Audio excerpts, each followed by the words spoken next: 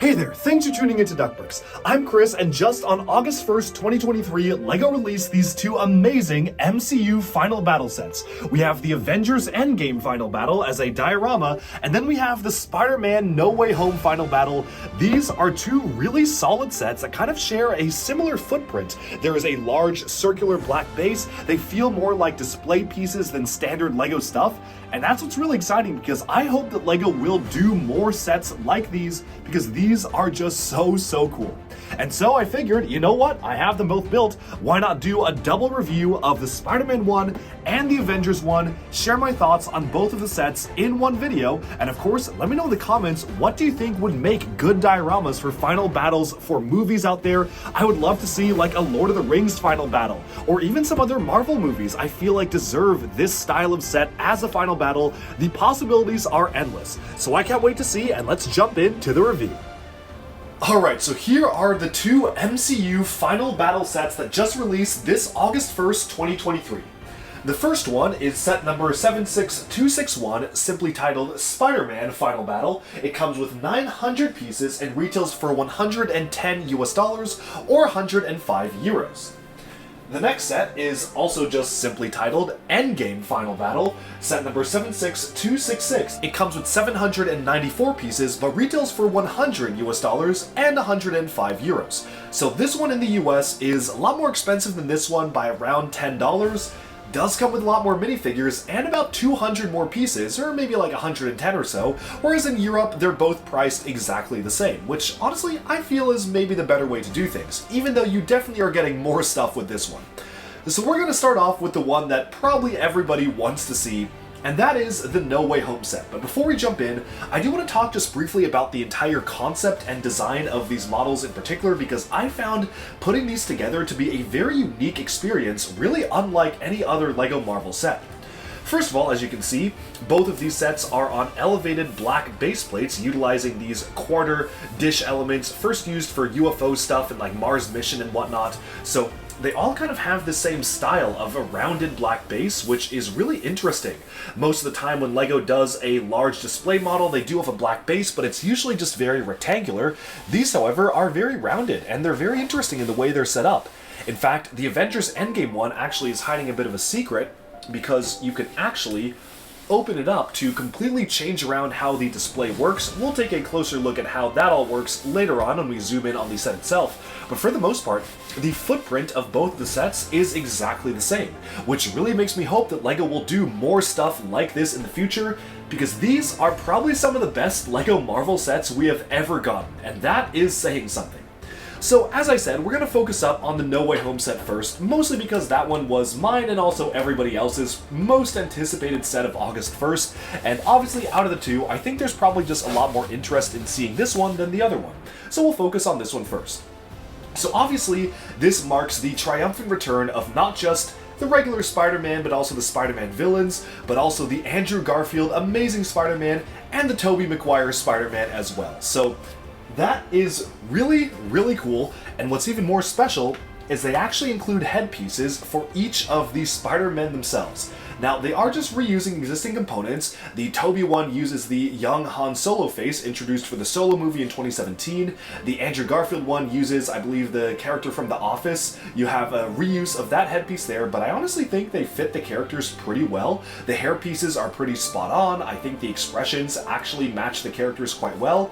And then Tobey is just using a pretty generic face, or not Tobey, Tom Holland here, my apologies, is using a pretty generic face. They use this on a ton of different characters. I don't remember who it was first introduced for, but I've actually displayed him with the mask off because I already own this figure with the mask on from the original Spider-Man No Way Home sets. Speaking of the figures, we may as well just take a closer look at the figures in a little bit, but first off I do want to showcase what the diorama looks like with all of the action going on, because obviously there's a lot of different action poses here. You can put your figures in different positions. First of all, you have Electro hovering on the back here, which makes the composition of the scene look really cool. Doctor Strange in the center. This is really just how I position things. You have MJ falling and Andrew Garfield Amazing Spider-Man rushing to catch her, just like in the movie. Doc Ock kind of off on the side here, and then Green Goblin soaring in. What's also very interesting is that LEGO has introduced a brand new posing element for these particular sets, and I'm sure this will appear in many more sets in the future, but I'm going to remove MJ from that right now, just so we can take a closer look at what this element looks like. It is very similar to the existing long posing element, which they have to kind of act as a clear bar, but it is curved. It's almost like they took that element and curved it. They also have a pin attachment, or an axle attachment here. I wish it was a pin, because I feel like that would be really cool to be able to move it around, but maybe they figured if you want to put something really heavy on it, it does need to be an axle, so I do understand why they chose to make it an axle attachment. Studs on both sides, so you can use it either way.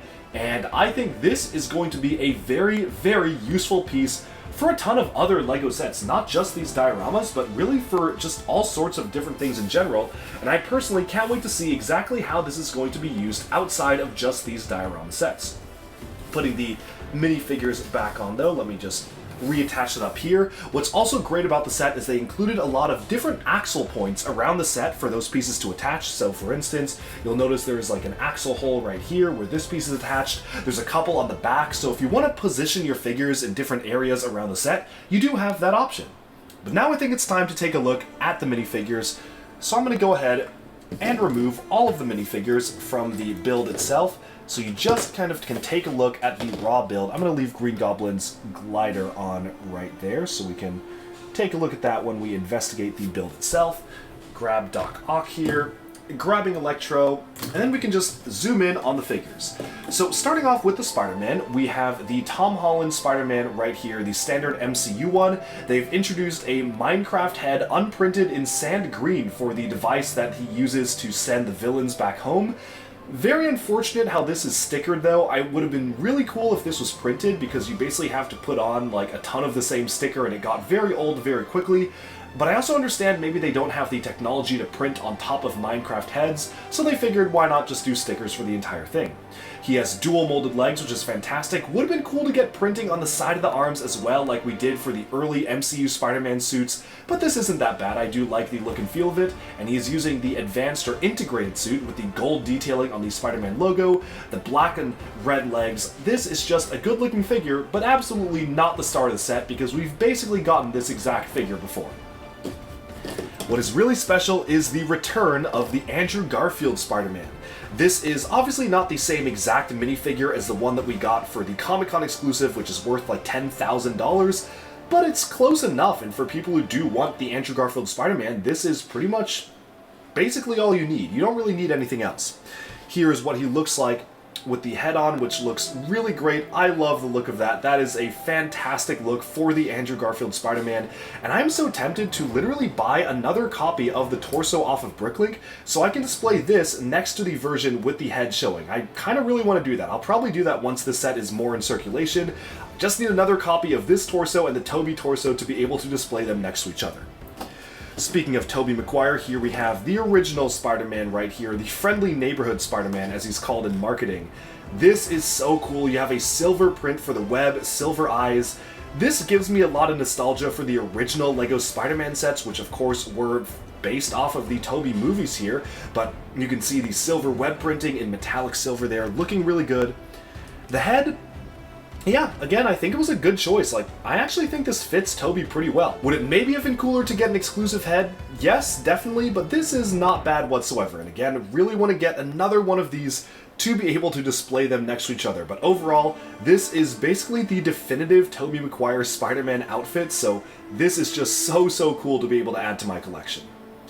Moving onwards to some of the other side characters, Doctor Strange is unchanged from his original appearance in the No Way Home set, so you can just see what he looks like right there. Nice rubberized cape here, really like the way that that looks in general, although one of the things that I really wish that they would do with Doctor Strange is print his magic spell pieces. They did that for the very first Doctor Strange movie set in 2016, but they haven't ever done it since, and I feel like those were such cool pieces to have the spells actually printed, and I don't know why they don't do that anymore. I think that would be really cool. Moving onwards, MJ and Ned are technically exclusive, but they really only have a couple of specialized elements. In fact, the Ned one, I believe, is just reusing existing elements from Hidden Side, and they just kind of recolored the arms. MJ has a new torso here, which is nice to see, but overall, pretty standard minifigures. I do like the facial expressions for Ned, though. I think they fit him very, very well. I think that just looks really good as a minifigure. And then MJ has her same expression that she has on all of the other figures, which also works, but it's not one of the most interesting figures in the set. Moving on to the villains, we gotta start with Green Goblin here. This is a nicely done minifigure. Really wish it had printed legs though, because Green Goblin had a ton of detail with the legs in the movie, and I feel like it would have been really special to get printed legs, but I do understand that LEGO only has a specific number of element frames for a given theme or for given sets, so I understand that they just didn't have the budget to do that. Now, removing the hair here, you can see another expression which is fantastic.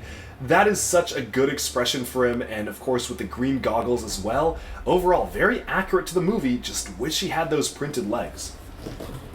Moving on, the next villain is Doc Ock here. Doc Ock thankfully does have printed legs, although if I'm going to be completely honest, I probably would have preferred Green Goblin to have gotten the budget for printed legs, because Doc Ock probably could have just used dark gray legs and they could have gotten away with it. But this is a really nice minifigure. I do like that they did give him printed legs, and he does have an alternate face as well, so he has one where he's smiling and one where he's angry. Not quite sure if the hairpiece is perfect for him. I don't know. I feel like maybe there was a better one they could have used.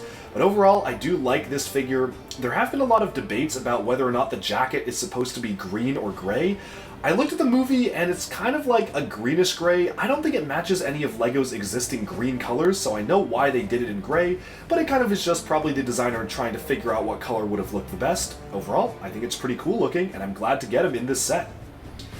Lastly, one of my favorite figures in terms of the overall visual design is Electro here, because what they have done is they have taken the LEGO Ninjago Dragons Rising electricity elements introduced for Ninjago and attached them onto his back, and even put yellow Infinity Stones. So you've got the Mind Stone, but they're just acting as basically closing pieces to allow these to be moved around but not actually fall off of the back there, so that is really special. They also included an additional Infinity Stone ring, so you get an extra one for the entire circle.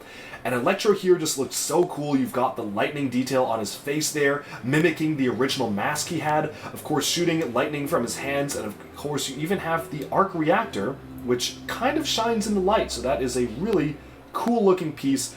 Overall, definitely a figure with a lot of visual flair to him. The legs are just reused from a city figure, but this just looks so cool. You can imagine him soaring through the air like this.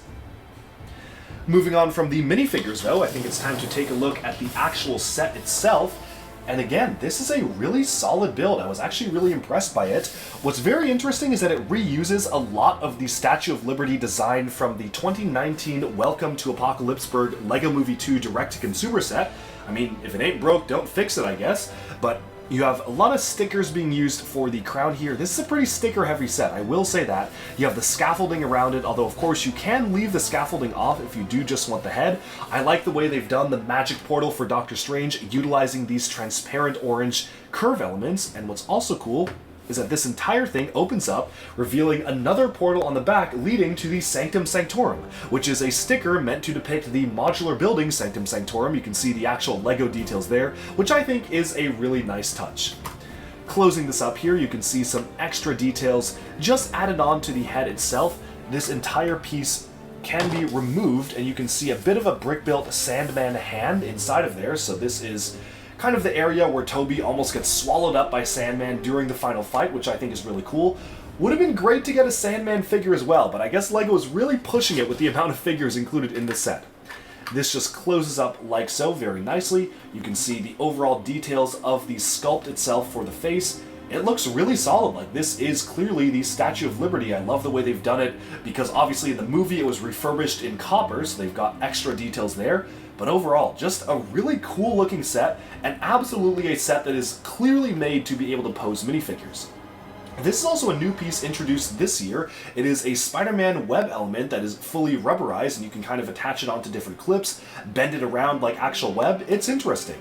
One thing I really like is the attention to detail for the movie. You've got the camera flash mounted on a web there. You have one of the cures being mounted on this web here. There's of course the scaffolding, even some of the batteries they were using. So overall, this is a really accurate set for the movie, and probably one of the most accurate MCU sets in general.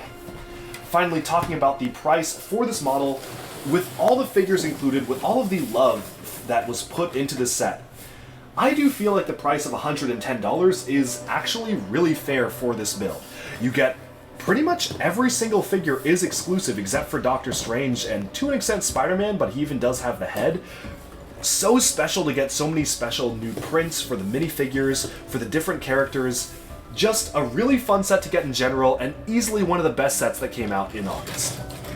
Setting this aside though, we can take a look at the next set here, and that is the Avengers Endgame Final Battle. Now again, this is only, I believe, $100 in the US versus the $110 for the Spider-Man No Way Home set, because it does come with about 190 less pieces. In Europe, you have to pay the same price for each of these, but overall, you can see that that's what this looks like in general. They have basically a piece of the Avengers Tower that is in the midst of being blown apart, which I think is a really cool looking design. It is a very interesting thing to do for the Final Battle set, especially because there isn't really that much to do as a build for the Endgame Final Battle. A lot of it was basically on a desolate wasteland, so I really like how the designers got creative and were able to give us the building literally crumbling apart as the diorama. Now, there are a couple of new minifigures included in this set as well, so we'll take a look at them in a second, but I do want to showcase how they look like fully posed up first as this rotates around. This I definitely feel is weaker than the No Way Home set just because there isn't really a strong focal point to the set, like the Statue of Liberty head. This feels a lot more cluttered and chaotic, but I guess that's kind of the point in that this is supposed to feel like a chaotic thing blowing up and in the process of a huge battle raging in it, so honestly, I like it for what it is, but I do feel like the No Way Home one is just a bit more focused. Some of the details I love are the Avengers logo, of course, breaking apart kind of in action here. This feels like a very action pose, like you took a still from the movie. This tower is mounted and kind of at an angle, so it feels like that's kind of stuck out of the ground. You, of course, have the quantum van here, so Ant-Man's van sticking out at an angle on the side as well, so that is a really nice touch. And overall, this is just a really solid looking display model, and if not for the No Way Home set, this may be one of the best.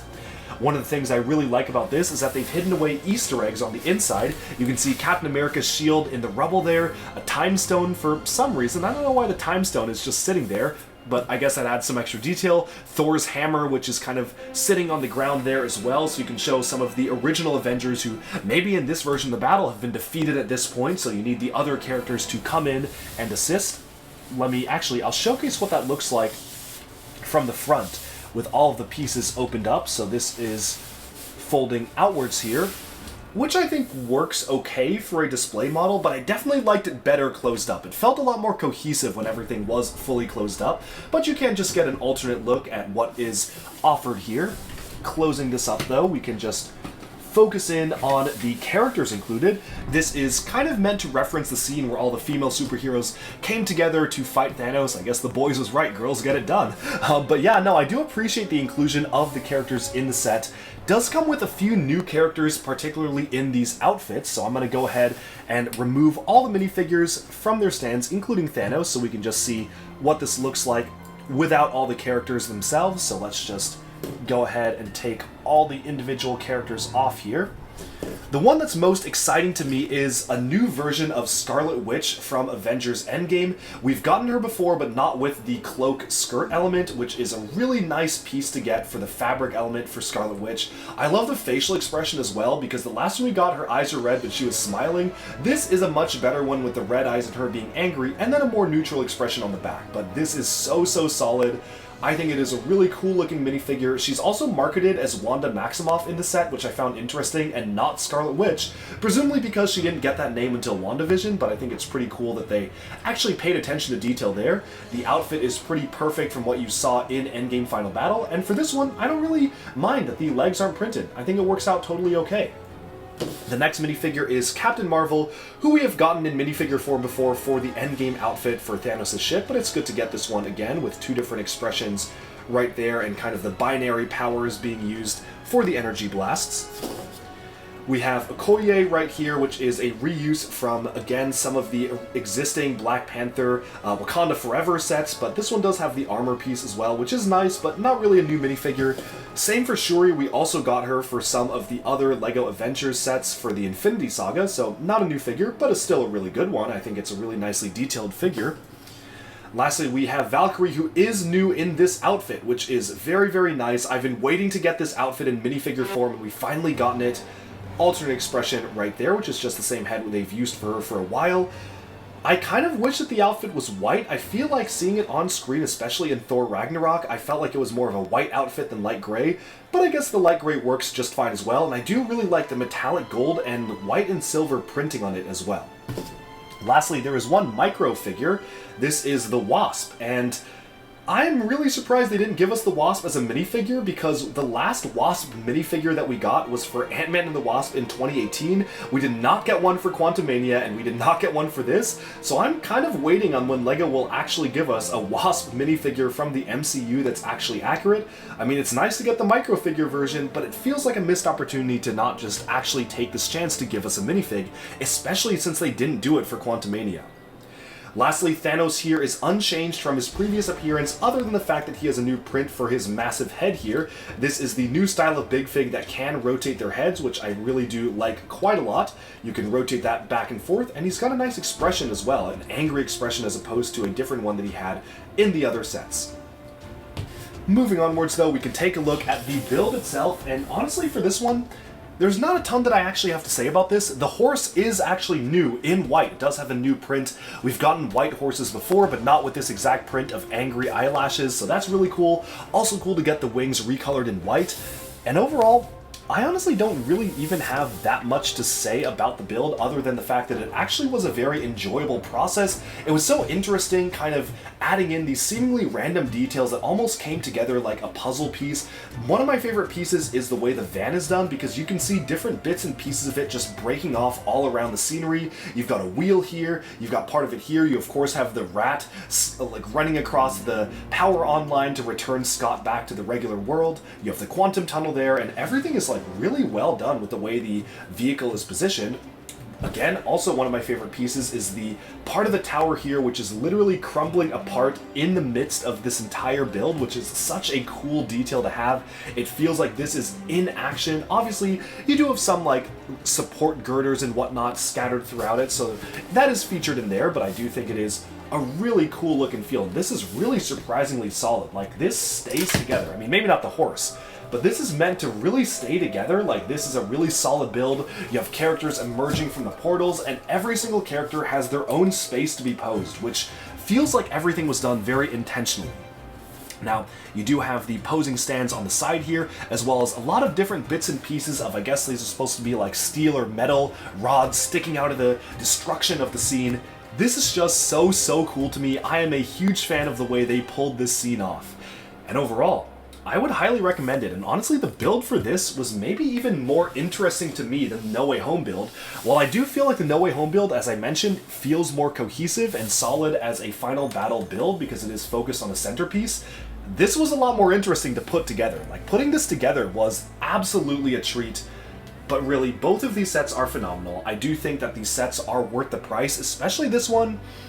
$100 for I think 690 pieces is maybe on the higher end, but if you really look at what you get all these characters, you get all sorts of dioramas and displays. I'm feeling a lot happier about paying for this.